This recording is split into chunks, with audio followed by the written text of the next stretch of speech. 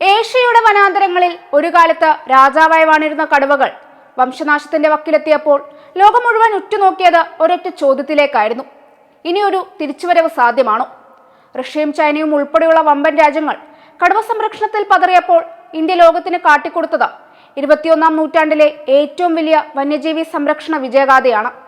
ഇന്ന് ലോകത്തെ കടുവകളുടെ 75% ഇന്ത്യയുടെ മണ്ണിൽ സുരക്ഷിതരായി കഴിയുന്നുവെന്നത് കേവലം ഒരു കണക്കല്ല, മറിച്ച് 5 പതിറ്റാണ്ടിലെ നിശ്ചയദാർഢ്യത്തിന്റെ ചരിത്രമാണ്. നാഷണൽ ടൈഗർ കൺസർവേഷൻ അതോറിറ്റിയുടെ ഏറ്റവും പുതിയ റിപ്പോർട്ട് പ്രകാരം ഇന്ത്യയിലെ കടുവകളുടെ എണ്ണം 3682 ഉയർന്നിരിക്കുകയാണ്. 2006 വെറും 1411 ആയിരുന്ന സ്ഥാനത്ത് നിന്നാണ് ഈ അവിശ്വസനീയമായ കുതിച്ചുചാട്ടം ഉണ്ടായത്.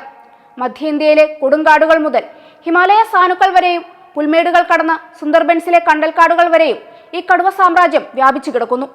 ജനവാസമില്ലാത്ത വനങ്ങളെക്കാൾ മനുഷ്യ സാന്നിധ്യമുള്ള ഇന്ത്യൻ കാടുകളിൽ കടുവകൾ ഇത്രയധികം പെരുകുന്നത് ലോകത്തിന് അത്ഭുതമാണ്. കടുവകളുടെ എണ്ണത്തിൽ ഇന്ത്യക്ക് പിന്നാലെ നിൽക്കുന്ന രാജ്യങ്ങൾ നേരിടുന്ന വെല്ലുവിളികൾ ഇന്ത്യയുടേതിൽ നിന്ന് വ്യത്യസ്തമാണ്.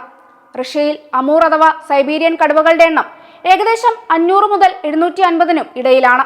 അതിശക്തമായ തണുപ്പും പരിമിതമായ ഇരകളും കാരണം അവിടെ കടുവകളുടെ വളർച്ചാ നിരക്ക് കുറവാണ്.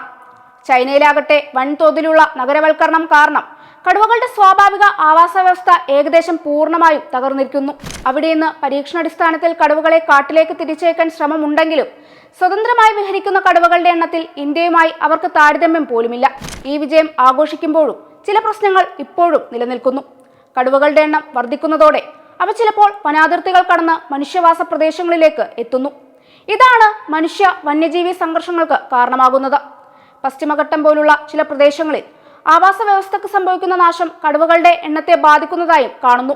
എങ്കിലും കടുവ ഒരു ടോപ്പ് പ്രെഡേറ്റർ ആയതിനാൽ കടുവകൾ സുരക്ഷിതമായിടത്ത് ആ കാടും അവിടെയുള്ള മറ്റ് ജീവജാലങ്ങളും സ്വാഭാവികമായും സുരക്ഷിതമാകും.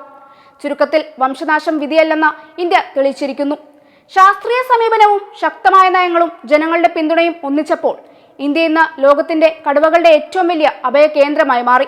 ഈ കാടുകളുടെ ഗർജനം വരും തലമുറകളും കേൾക്കാൻ കഴിയും വിധം സംരക്ഷിക്കുക എന്നതാണ് ഇനി നമ്മുടെ മുന്നിലുള്ള ഏറ്റവും വലിയ ഉത്തരവാദിത്വം.